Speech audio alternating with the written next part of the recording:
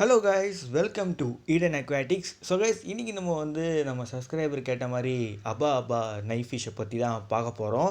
So வாங்க வீடியோக்குள்ளே போயிடலாம். ஸோ கைஸ், இந்த மீனை பார்த்தீங்கன்னா அபா அபா ஃபிஷ், இல்லாட்டி அபா அபா நைஃப் ஃபிஷ், இல்லாட்டி ஆஃப்ரிக்கன் நைஃப் ஃபிஷ்ஷுன்னு கூட சொல்லுவாங்க. ஸோ இந்த ஃபிஷ்ஷஸ்லாம் பார்த்தீங்கன்னா நேட்டிவ் ஆஃப்ரிக்கன் தான். ஸோ கைஸ், இந்த ஃபிஷ்ஷஸ்லாம் நல்ல ஒரு அக்ரெசிவான ஃபிஷ்ஷு. ஸோ நீங்கள் மான்ஸ்டர் ஃபிஷ் வெரைட்டியில் இந்த ஃபிஷ்ஷை சேர்த்துடலாம். ஸோ இந்த ஃபிஷ்ஷால் கிட்டத்தட்ட வைல்டில் 5 to 6 ஃபீட் வரைக்கும் வளர முடியும். ஸோ இதுவே கேப்டிவிட்டியில் இதால் கிட்டத்தட்ட 4 ஃபீட் 4.5 ஃபீட் வரைக்கும் வளர சான்ஸ் இருக்குது. ஸோ இதனால் நீங்கள் நல்லா பெரிய டேங்க் இந்த மீனுக்கு கொடுக்கணும். ஒரு 6 to 7 ஃபீட் டேங்க் கொடுத்தா இந்த மீனுக்கு கரெக்டாக இருக்கும். ஸோ இந்த மீனோட ஃபீடிங்னு பார்த்தீங்கனாலே நீங்கள் லைவ் ஃபிஷ் கொடுக்கலாம். ஸோ அதுக்கப்புறம் பார்த்தீங்கன்னா நீங்கள் வேர்ம்ஸ் கொடுக்கலாம், கொஞ்சம் பெரிய வேர்ம்ஸு.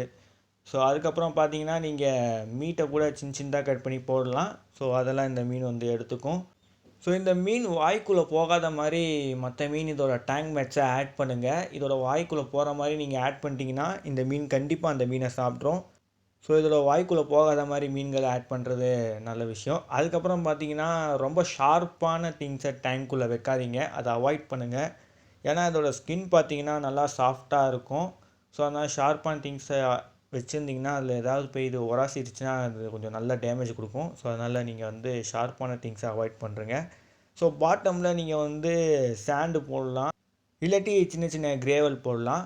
ஸோ கைஸ், இந்த மீனை நீங்கள் வாங்கி வளர்க்கணும்னு நினச்சிங்கன்னா உங்களுக்கு வாட்டர் பெராமீட்டர் தெரிஞ்சிருக்கணும். ஸோ வாங்க இந்த மீனோட வாட்டர் பெராமீட்டர்ஸை தெரிஞ்சுக்கலாம். ஸோ கைஸ், இந்த ஃபிஷ்ஷு பிஹெச் லெவல் பார்த்தீங்கன்னா கிட்டத்தட்ட 6 to 8 மெயின்டைன் பண்ணுங்கள். அண்ட் வாட்டரோட டெம்பரேச்சர் பார்த்தீங்கன்னா 23 செல்சியஸில் இருந்து 28 செல்சியஸ்க்குள்ளே மெயின்டைன் பண்ணுங்கள். ஸோ வாட்டர் கொஞ்சம் ஹார்ட் வாட்டராக இருக்கட்டும். ஸோ பிபிஎம் பார்த்தீங்கன்னா நீங்கள் ஒரு 150லேருந்து 200க்குள்ளே மெயின்டைன் பண்ணுங்கள்.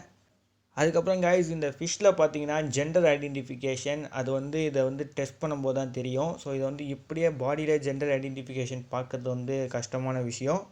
ஸோ அதனால் இதை டெஸ்டிங் பண்ணி தான் நம்ம ஜெண்டர் ஐடென்டிஃபிகேஷன் பார்க்க முடியும். ஸோ கைஸ், இதோட இந்த வீடியோவை எண்ட் பண்ணிக்கிறேன். ஸோ அடுத்த சுவாரஸ்யமான வீடியோவில் உங்களை சந்திக்கிறேன். இதோட விடைபெறுவது ஈடன் அக்வாட்டிக்ஸ். மறக்காமல் லைக் சப்ஸ்கிரைப் பண்ணுறேங்க. See you next video. Bye bye guys.